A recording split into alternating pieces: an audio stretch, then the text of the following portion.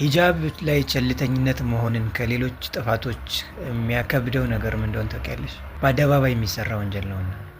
የአላህ መልእክተኛ ሰለላሁ ዐለይሂ ወሰለም ደግሞ ምን ብለዋል?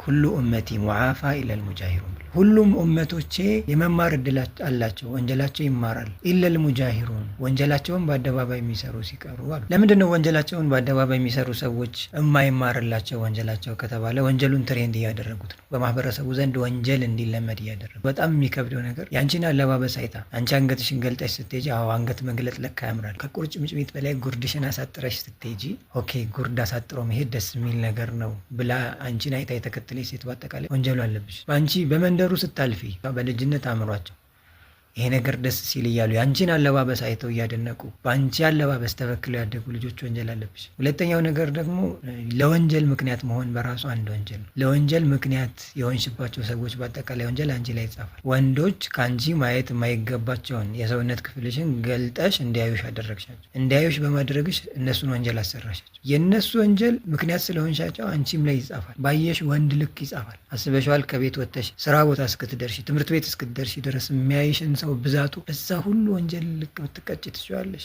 ላይ ከባድ ነው። ሂጃብ እኮ ማለት ማንነትሽ፣ ሂጃብ እኮ ማለት የሴትነት ክብርሽ ነው። ሂጃብሽ ማለት ለአላህ ያለሽን ክብር የምታሳይበት፣ ለራስሽ ያለሽን ክብር የምታሳይበት፣ ከባለጌና ከዱርዬ ወንዶች ራስሽን የምትጠብቂበት ትልቅ መሳሪያ ነው። እዛ እህቶቻችን ሂጃብ ተከለከልን ብለው ብዙ መስዋዕትነት እየከፈሉ ነው፣ አክሱምና ጉንችሬ ምናምን ላይ። አንቺ ሂጃብሽን እንደቀልጥለሽ። እዛ ሞዴሎቻችን የአላህ መልእክተኛ ሚስቶች ናቸው ብለው እየታገሉ ነው። አንቺ ግን እነሱ ሞዴሎች አይሆኑ፣ ለዘመኑ የሚመጥን ልብስ አይደለም። ለእኔ ሞዴል የሚሆነው ዘንድሮ ላይ ያሉት ፋሽን ተከታይ የሆኑ ሞዴሊስቶች ናቸው አልሽ እኮ። ምላስሽ አልተናገረውም እንጂ አልሽ። ፋሽን እያስተዋወቅሽ ነው። ሂጃብሽን በስነ ስርዓት ጠብቀሽ ለሌሎች ሴቶች አርአያ የምትሆኝ። ቁርአን ካስተማረኝ አላህ ለመርየም ቴምርን ማውረድ ይችል ነበረ። ዝም ብሎ አላህ ላወረደላትም ወሁዚ ኢለይኪ ቢጂዚዕ ነኽል አላት። ያንን የቴምር ዛፍ ግንድ ነቅንቂው አላት። አላህ ለሷ ማውረድ ይችል ነበር፣ ግና ሰበብን አላህ እንድታደርስ አደረጋት። አላህ ለሙሳ ባህሩን ዝም ብሎ መክፈት ይችል ነበር፣ ግን ሰበብ እንዲያደርስ ባህሩን በያዘው ብትር እንዲመታው አላህ አዘዘው። ነቢያቶችም ያለ በላ አልኖርም። ዱንያን ሲኖሯት ፈተና ብዙ ጣውረዶች ነበሩባቸው። አላህ ተባረከ ወተዓላ ዱንያ ላይ ስንኖር አልጋ በአልጋ ህይወትን እንደሚሰጠን አልነገረንም፣ ወይም ደግሞ በዛ ቃል አልገባልንም።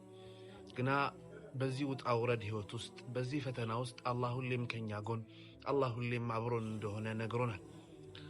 ከተወኩል ጋር ልፋት ሲኖር ውጤት ይኖራል። በምንሄዳቸው መንገዶች ሁሉ አላህን ስንይዝ ልባችን ይረጋጋል። አላህ ከኛ ጋር እንዳለ ስናምን የተስተካከለና ያማረ ህይወት እንድንኖር እንሆናለን። አላህ ያግዘን። አላህ ያስደስታችሁ።